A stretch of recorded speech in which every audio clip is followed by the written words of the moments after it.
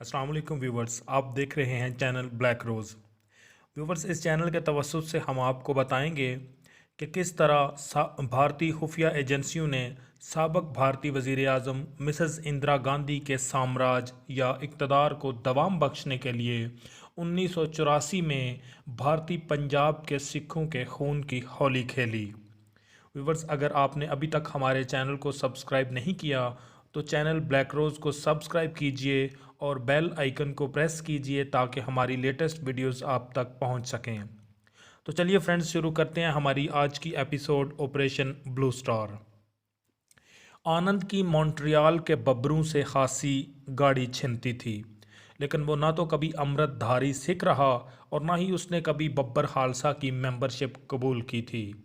जब भी परमार मॉन्ट्रियल आता तो दर्शन की कैटलॉग गाड़ी उसके ज़ेरे इस्तेमाल रहती।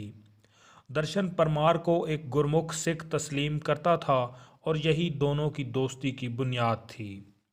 बिली जॉय ने दर्शन आनंद के बेटे मनिंदर से दोस्ती की पींगें बढ़ाईं और इसे एक चोरी की स्पोर्ट्स कार का, जिसकी मार्केट में कीमत $50,000 थी, सिर्फ $8,000 में फ़रोख्त करने की पेशकश की। 21 साला मनिंदर के ज़रिए बिली जॉय ने परमार के साथियों को, जो अक्सर स्टोर पर आते जाते थे, नाजायज़ असलहा फ़रोख्त करने की पेशकश की और एक राइफ़ल उनके हाथ भी फ़रोख्त भी कर दी। उसने बब्बर खालसा के लोगों का उनके हमदर्द बनकर एतमाद हासिल किया और उनसे पंजाब के हालात पर बातें भी करने लगा। खुद को सिखों का हमदर्द साबित करने के लिए उसने हिंदुओं को गालियां देना शुरू कर दीं। बिली जॉय के मुताबिक उसे बब्बर खालसा के सिखों ने कहा था कि वो एयर इंडिया के जहाज़ को तबाह करने का मंसूबा बना रहे हैं। बिली जॉय ने फ़ौरन ही क्यूबक प्रोविंशियल पुलिस से रब्ता कायम किया। वो गुज़श्ता 12 साल से क्यूबक प्रोविंशियल पुलिस का टाउट था। उसने क्यूपीएफ से कहा अगर वो उसके एक साथी की कैद में कमी का वादा करें तो वो उन्हें बब्बर खालसा से मुतल्लिक एक नहायत कीमती इत्तला दे सकता है। क्यूपीएफ और आरसीएमपी ने इसकी पेशकश कबूल कर ली। बिली जॉय ने 22 साला बब्बर संतोख सिंह कैला और 42 साला कश्मीरा सिंह ढिल्लों को ऐसा चक्कर दिया कि इन दोनों ने इस बात की हामी भरी कि अगर वो न्यूयॉर्क से एयर इंडिया के जहाज़ को तबाह करने में उनकी मदद करे तो वो बिली जॉय को भारत से हीरोइन स्मगल करके अमेरिका में दे सकते हैं। जब दोनों बेवकूफ़ सिख उसके चक्कर में फंस गए तो बिली जॉय ने उनकी मुलाकात फ्रैंक माइली नाम के एक शख्स से करवाई और कहा कि ये बैनुल अक़वामी माफिया का मेंबर है और यही न्यूयॉर्क से एयर इंडिया के जहाज़ को तबाह करने में उनकी मदद करेगा। इसके इवज़ वो फ्रैंक माइली को हीरोइन देंगे। फ्रैंक माइली, जो ड्रग माफिया के एजेंट के भेस में सिखों से मिला, दर हकीकत वो एफबीआई का एजेंट था और एक मुआहदे के तहत वो आरसीपीएम के लिए काम करता था।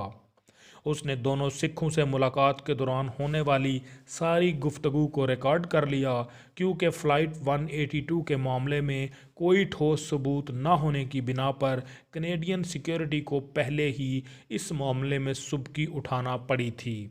इस मरतबा वो खतरा मोल लेने के लिए तैयार नहीं थे और किसी ठोस सबूत के बगैर अदालत में नहीं जाना चाहते थे।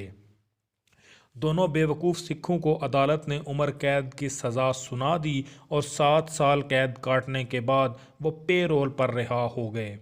आजकल उनकी अपीलें चूँकि ज़ेर समाअत थीं, कैनेडियन पुलिस ने बिली जॉय को कभी अदालत में पेश ही नहीं किया।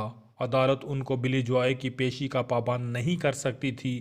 पुलिस की तरफ से अपने सोर्स को राज रखने की मामूली सी दरख्वास्त पर ही ये मामला ख़त्म हो गया।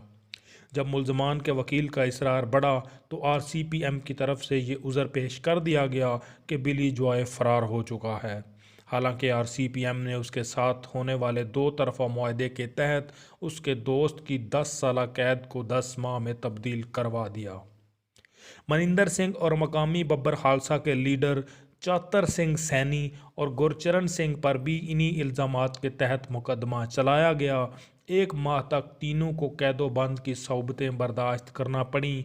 बाद में आरसीएमपी को मालूम हुआ कि उनके दरमियान टेलीफोन पर होने वाली जो गुफ्तगू रिकॉर्ड की गई थी उसका अंग्रेज़ी में तर्जुमा गलत हुआ था, और इस गलती का एहसास होने पर इन तीनों बेगुनाहों को निजात मिल गई। 2 हफ्तों में आरसीएमपी ने दूसरा हमला बब्बर खालसा पर किया और इस मर्तबा हैमिल्टन से परमार, तेजिंदर सिंह, अजायब सिंह बागड़ी और 3 दूसरे सिखों पर मुश्तमिल ग्रुप पर इल्ज़ाम लगाया गया कि ये भारत में तबाहकारी का एक मंसूबा बना रहे हैं। इस कार्रवाई ने एक मर्तबा फिर तरविंदर सिंह परमार को प्रेस में जिंदा कर दिया।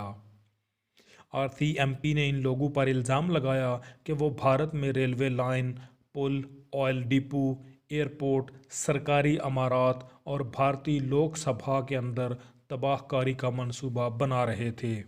इस मंसूबे में हिंदू सियासतदानों के बच्चों को अगवा करना भी शामिल था।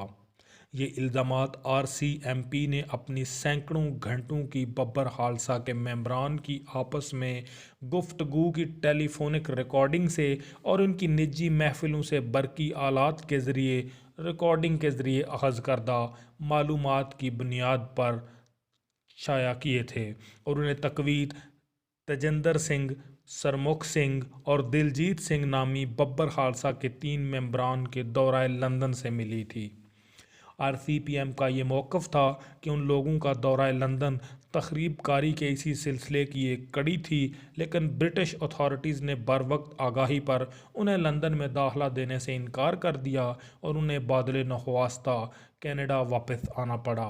बसूरत दीगर लंदन से कुछ और लोगों ने उनके साथ शामिल होकर भारत पहुंचना और तबाहकारी के मंसूबों पर अमल पैरा होना था। टोरंटो से परवाज़ के साथ ही आरसीपीएम के 2 एजेंट उनसे चिपक गए, जो उनके साथ ही लंदन तक गए और वहां से टोरंटो वापस आए।